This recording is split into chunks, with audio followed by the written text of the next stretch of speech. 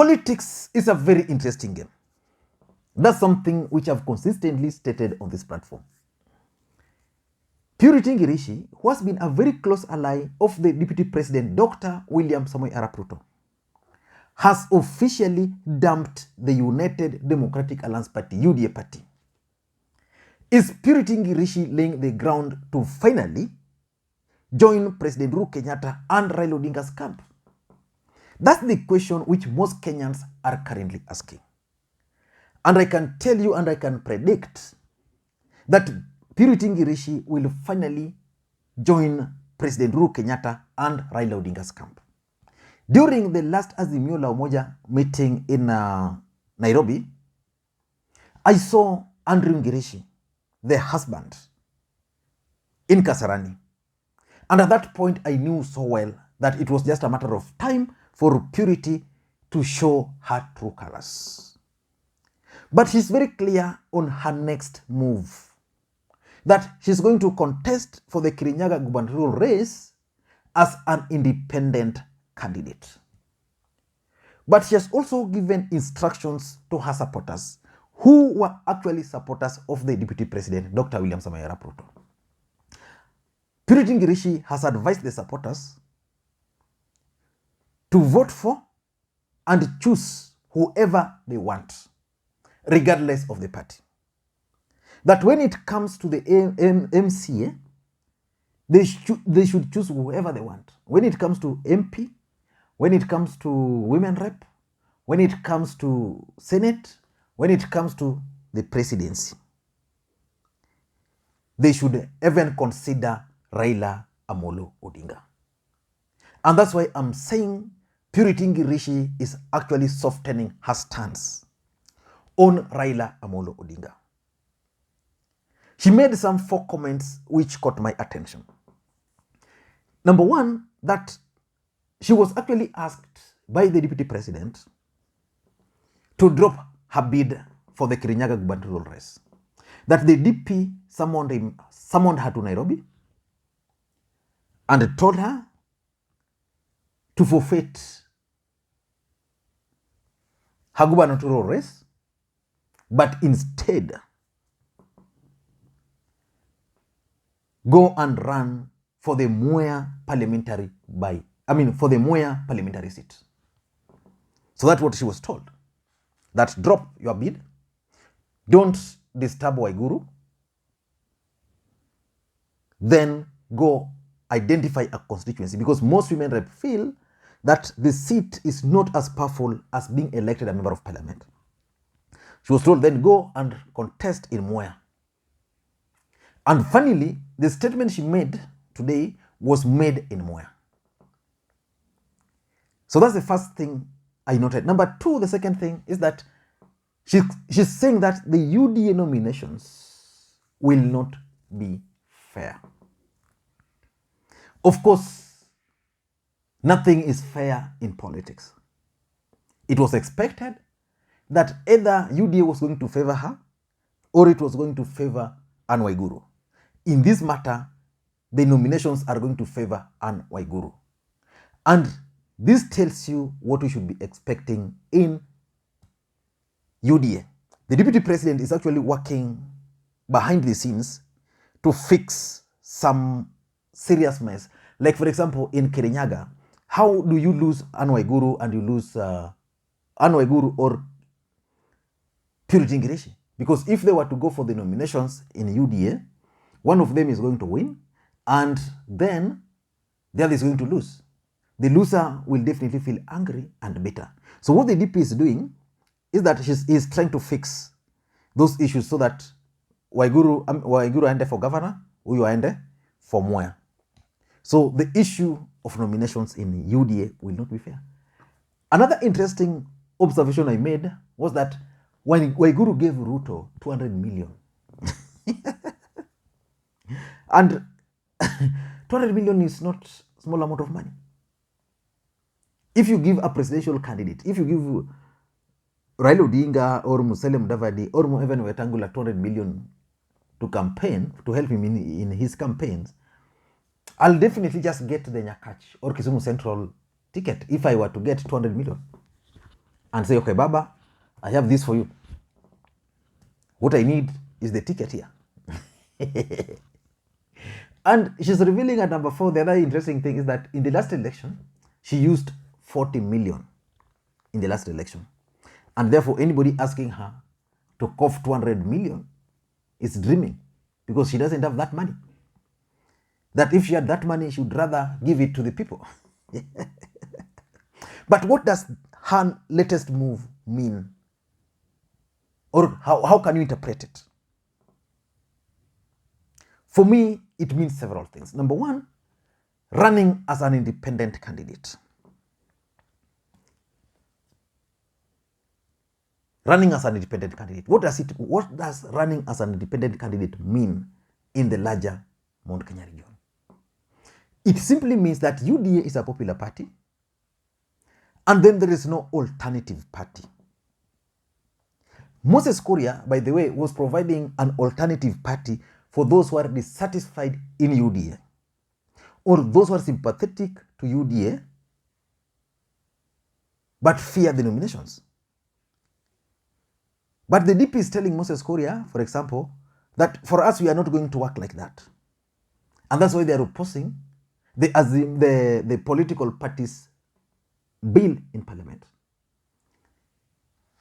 I don't know how it's going to end, but the fact is that we are going to witness several other high-profile politicians from the larger Mount Kenya region running as independent or running using other political parties. Like, I can predict Chama cha Kazi, associated with Moses Kuria, and the PNU associated with Peter Munya are going to be the biggest beneficiaries. So, in my view, I think there's a reason why Purity Ngirici decided to go as independent rather than choose a party. She had the option of going to Jubilee, but Jubilee is no longer popular.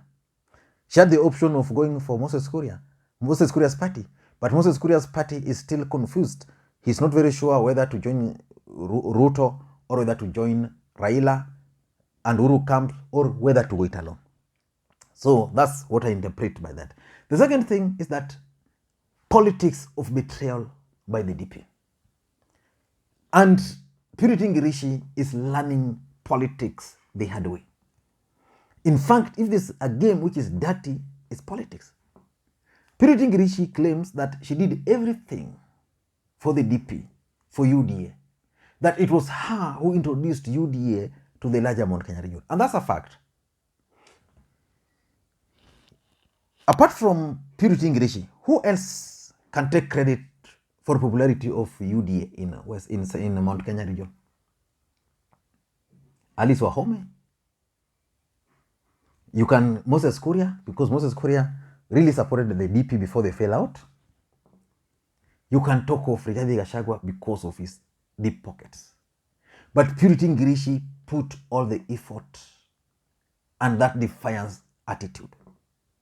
The husband has been part of the deep state, but they were defying the president. And despite doing all those, Waiguru came. She was told, now go for Mwea. Very interesting.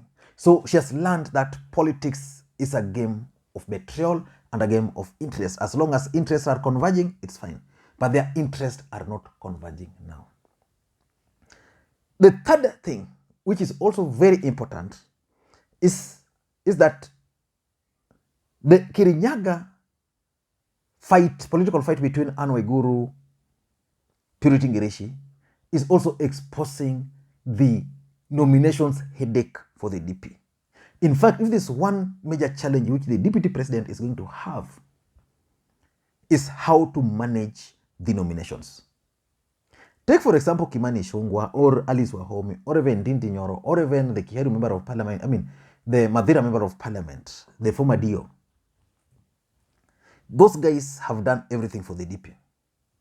But the other truth is that 85% of members of parliament normally don't make it back. So the chances of being defeated by newcomers, even within UDA, are high. But the DP is at a fix. These guys have stood with me. And I listened to the deputy president interview recently. He was very clear that they are going to make sure that their nominations are going to be free and fair, and that the tickets will only be given to those with the potential of winning, which is good. So it means if Ndindi Nyoro, for example, is not promising to win, then someone else is going to be given the ticket. Ndindi Nyoro will read something like a betrayal, and he might jump the way Purity Ngirici has jumped. And that's the biggest challenge the DP is facing. Nominations headache. How are they going to conduct nominations in UDA without a major fallout? The case of Kirinyaga is a case study. Number 4, I also tend to think that by Purity Ngirici deciding to go independent, I'm reading President Uhuru Kenyatta's schemes. The guy behind Purity Ngirici's latest moves, in my view, is Karanja Kibicho. That's the honest truth. But the other truth is that Karanja Kibicho is a close ally of the president. So whenever Karanja Kibicho meets Anne Waiguru, Purity Ngirici, he must brief the president. That's my thought. So it means that the president's strategy is that they are going to identify some key allies of the deputy president in the larger Mount Kenya region. Work with them closely, persuade them to leave. Like Purity Ngirici has now left. Then tell them, go and contest as independent. They'll go to the next person. Identify, like I'm already told, there's another guy they have identified. So they'll work with the gentleman. Strategically make him leave UDA, run as an independent. So President Uhuru Kenyatta's strategy in the larger Mount Kenya region could be to have as many independent candidates, very serious independent candidates, as possible. Or have them allied to small political parties as possible. Then once they have these candidates running against the DP, it will be very difficult now for the DP to just do whatever he used to do. Like in Kirinyaga today, if DP has to go there, he has to contend with the fact that Purity Ngirici is no longer there. Those are the realities. So if we had several Purity Ngiricis across, it was going to make it very difficult for him. So I think Uhuru Kenyatta is very clear on his strategy. The strategy of having as many independent candidates across the larger Mount Kenya region just to disrupt the deputy president's plan. I don't know what you think. Tomorrow, the nation will be in Bukungu Stadium.